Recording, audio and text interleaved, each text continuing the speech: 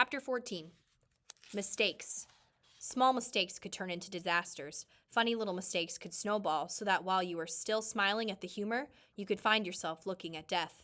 In the city, if he made a mistake, usually there was no way to rectify it, make it all right. If he fell on his bike and sprained a leg, he could wait for it to heal. If he forgot something at the store, he could find another food in the refrigerator. Now it was different, and all so quick, all so incredibly quick. If he sprained a leg here, he might starve before he could get around again. If he missed while he was hunting, or if the fish moved away, he might starve. If he got sick, really sick, so he couldn't move, he might starve. Mistakes. Early in the new time, he had learned the most important thing, the truly vital knowledge that drives all creatures in the forest. Food is all. Food was simply everything. All things in the woods, from insects to fish to bears, were always looking for food. It was the great single driving influence in nature. To eat, all must eat. But the way he learned it almost killed him. His second new night, stomach full of fish and the fire smoldering in the shelter, he had been sound asleep when something, he thought later it might be smell, had awakened him. Near the fire, completely unafraid of the smoking coals, completely unafraid of Brian, a skunk was digging where he had buried the eggs. There was some sliver of a moon, and in the faint pearl light he could see the bushy tail, the white stripes down the back, and he had nearly smiled. He did not know how the skunk had found the eggs. Some smell. Perhaps some tiny fragment of shell had left a smell, but it looked almost cute, its little head down and its little tail up as it dug, kicking the sand back. But those were his eggs, not the skunk's, and the half-smile had been quickly replaced with fear that he would lose his food, and he had grabbed a handful of sand and thrown it at the skunk. "Get out of here!" He was going to say more, some silly human words, but in less than half a second, the skunk had snapped its rear end up, curved the tail over, and sprayed Brian with a direct shot aimed at his head from less than 4 feet away. In the tiny confines of the shelter, the effect was devastating. The thick, sulfurous, rotten odor filled the small room, heavy, ugly, and stinking. The corrosive spray that hit his face seared into his lungs and eyes, blinding him. He screamed and threw himself sideways, taking the entire wall off the shelter, screamed and clawed out of the shelter, and ran to the shore of the lake. Stumbling and tripping, he scrambled into the water and slammed his head back and forth, trying to wash his eyes, slashing at the water to clear his eyes. 100 funny cartoons he had seen about skunks. Cute cartoons about the smell of skunks, cartoons to laugh at and joke about. But when the spray hit, there was nothing funny about it. He was completely blind for almost 2 hours, a lifetime. He thought that he might be permanently blind, or at least impaired, and that would have been the end. As it was, the pain in his eyes lasted for days, bothered him after that for 2 weeks. The smell in the shelter, in his clothes, and in his hair was still there now, almost a month and a half later. And he had nearly smiled. Mistakes. Food had to be protected. While he was in the lake trying to clear his eyes, and the skunk went ahead and dug up the rest of the turtle eggs and ate every one. Licked all the shells clean and couldn't have cared less that Brian was thrashing around in the water like a dying carp. The skunk had found food and was taking it, and Brian was paying for a lesson. Protect food and have a good shelter. Not just a shelter to keep the wind and rain out, but a shelter to protect, a shelter to make him safe. The day after the skunk, he set about making a good place to live. The basic idea had been good. The place for his shelter was right, but he just hadn't gone far enough. He'd been lazy. But now, he knew the second most important thing about nature, what drives nature. Food was first, but the work for food went on and on. Nothing in nature was lazy. He had tried to take a shortcut and paid for it with his turtle eggs, which he had come to like more than chicken eggs from the store. They had been fuller somehow, had more depth to them. He set about improving his shelter by tearing it down. From dead pines up the hill, he brought down heavier logs and fastened several of them across the opening, wedging them at the top and burying the bottoms in the sand.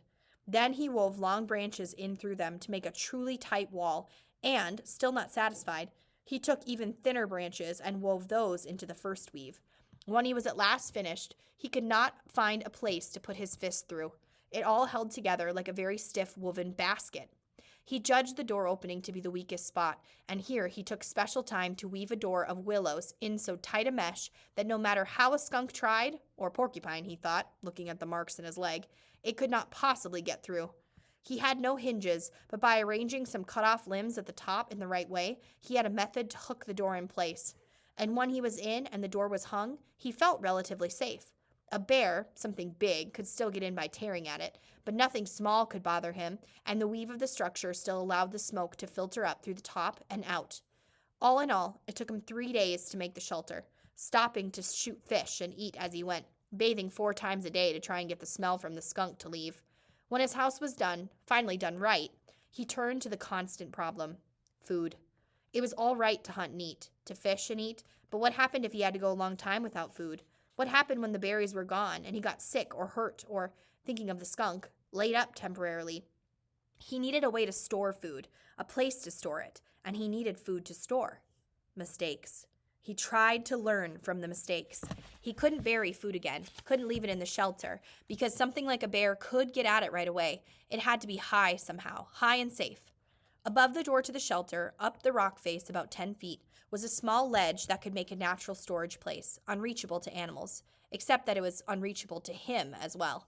A ladder, of course. He needed a ladder, but he had no way to fashion one, nothing to hold the steps on, and that stopped him, until he found a dead pine with many small branches still sticking out.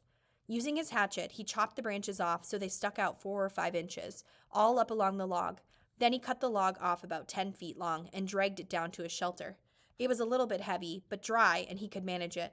And when he propped it up, he found he could climb to the ledge with ease, though the tree did roll from side to side a bit as he climbed.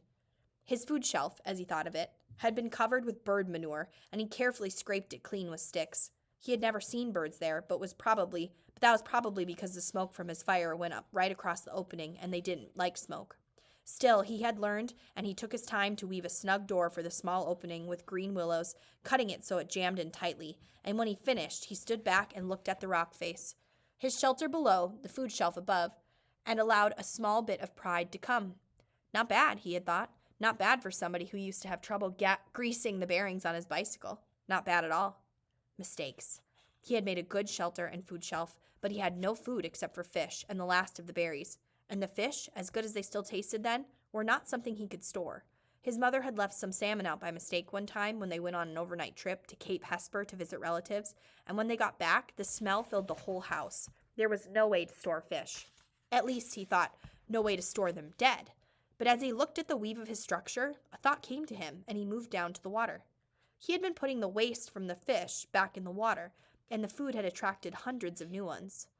I wonder. They seemed to come easily to the food, at least the small ones. He had no trouble now shooting them, and had even speared one with his old fish spear, now that he knew to aim low. He could dangle something in his fingers, and they'd come right up to it. It might be possible, he thought, might just be possible to trap them, make some kind of pond. To his right, at the base of the rock bluff, there were piles of smaller rocks that had fallen from the main chunk, splinters and hunks, from double fist size to some as large as his head. He spent an afternoon carrying rocks to the beach and making what amounted to a large pen for holding live fish. 2 rock arms that stuck out 15 feet into the lake and curved together at the end. Where the arms came together, he left an opening about 2 feet across. Then he sat on the shore and waited. When he had first started dropping the rocks, all the fish had darted away. But his fish trash pile of bones and skins and guts was in the pond area, and the prospect of food brought them back. Soon, under an hour, there were 30 or 40 small fish in the enclosure, and Brian made a gate by weaving small willows together into a fine mesh and closed them in. "Fresh fish," he had yelled. "I have fresh fish for sale." Storing live fish to eat later had been a major breakthrough, he thought. It wasn't just keeping from starving. It was trying to save ahead, think ahead. Of course, he didn't know then how sick he would get of fish.